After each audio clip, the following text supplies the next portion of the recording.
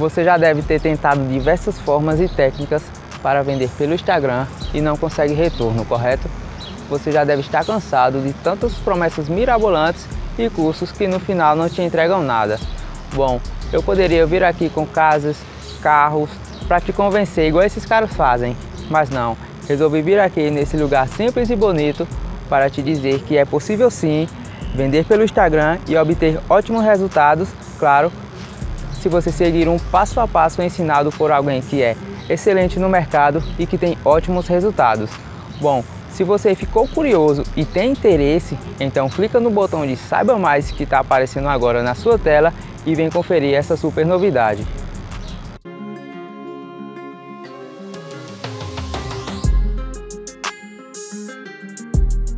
Já vai lá em cima, já se inscreve e ativa as notificações para os próximos episódios. Vamos lá, Carol.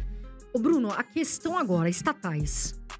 Petrobras, vendo, não vendo? O que você é Banco do Brasil? O que você acha? Agora é perigoso investir em estatal? Qual que é a sua opinião sobre isso? Acho que depende muito da estatal.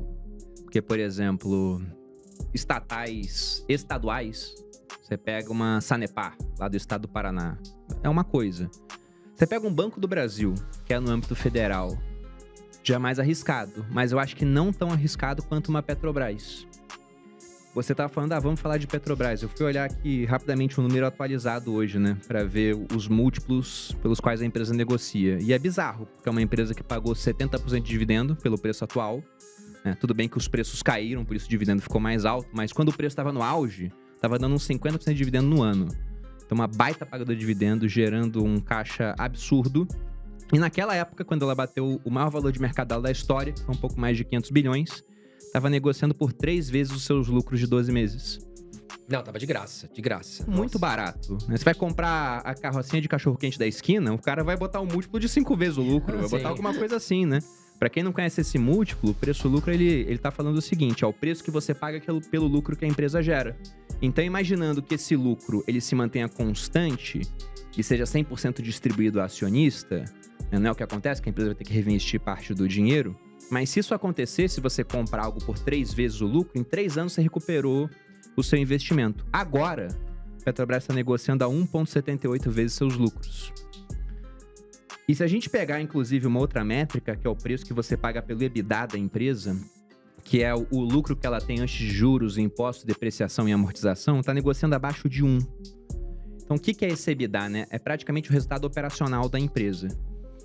E no lucro mesmo, que vem depois de tudo isso, você vai ter uma série de abatimentos, vai ter alguns efeitos contábeis também, né, depreciação, etc. E você também pode ter eventos não recorrentes. A Petrobras tinha lá uma plataforma e vendeu para alguém, entrou alguns milhões. Tudo bem, não dá para vender de novo aquela plataforma, é não recorrente. Mas se você pega essa métrica do EBITDA, significaria falar o seguinte, né? A Petrobras gera, por exemplo, 100 milhões de EBITDA e tá falando, compra o meu negócio por 87. Por que ela tá tão barata? Porque já estão estimando que a empresa não vai ser mais lucrativa, tão lucrativa, melhor dizendo, em comparação ao que ela foi. Então, eu não compraria a Petrobras agora. Você tem Petrobras se eu tivesse, eu não tenho.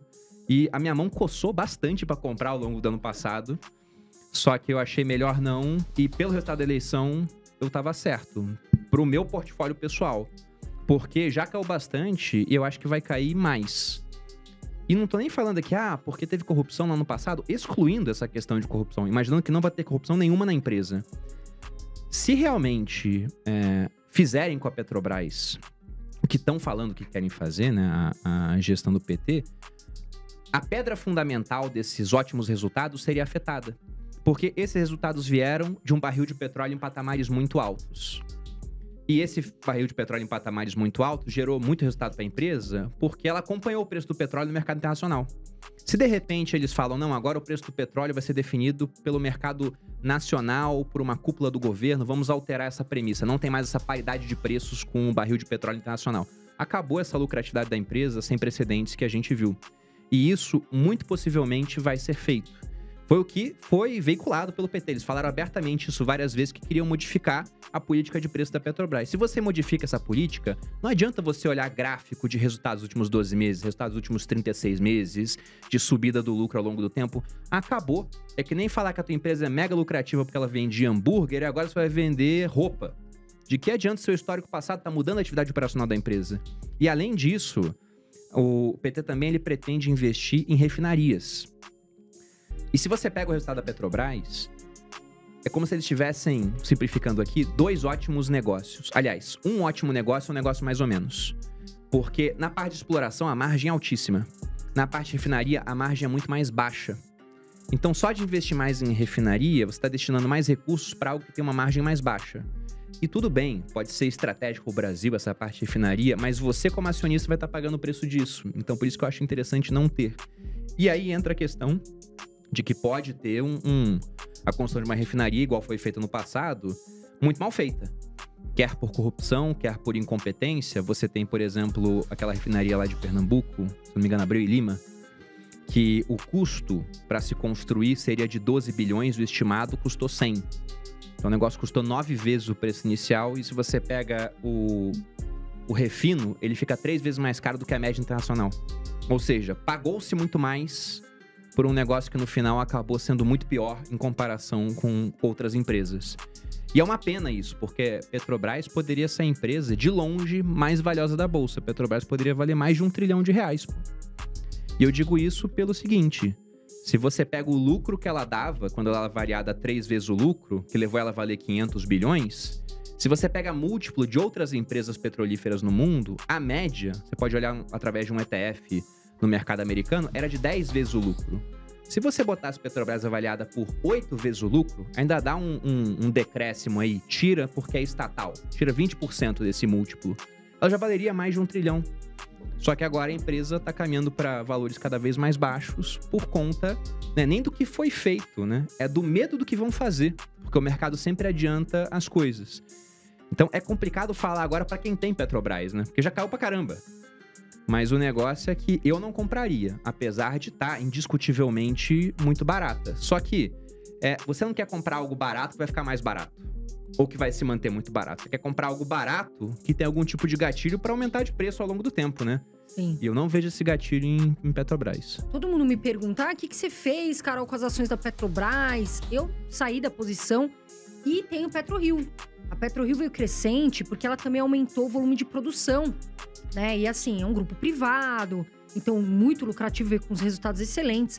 Então eu, Carol, saí da posição, vendi, não tenho mais Petrobras, porque quando veio essa questão do novo governo Lula, eu preferi sair, né, pelo histórico, enfim, e tenho PetroRio na carteira. André, você ganhou um belo lucro com a PetroRio, né? Eu fiquei um bom tempo em Petrobras, mas quando começou a sair as pesquisas e que o Lula tava na frente do Bolsonaro e muitas pessoas não acreditavam, eu resolvi vender, até postei no meu canal, isso faz uns 6 meses, e muita gente me xingou. Você tá vendendo uma baita empresa, baita dividendo. Eu falei, olha, existe o risco de termos um Lula, né? Se vai acontecer ou não, eu prefiro não pagar pra ver. Então eu vendi com uma posição em lucro, coloquei bons dividendos no bolso, deixei de ganhar alguns outros dividendos, mas também fiz a compra na época de PetroRio, acabei ganhando com uma valorização, porque muitos investidores acabaram saindo de Petrobras e migraram ali para PetroRio, né, para buscar maior segurança.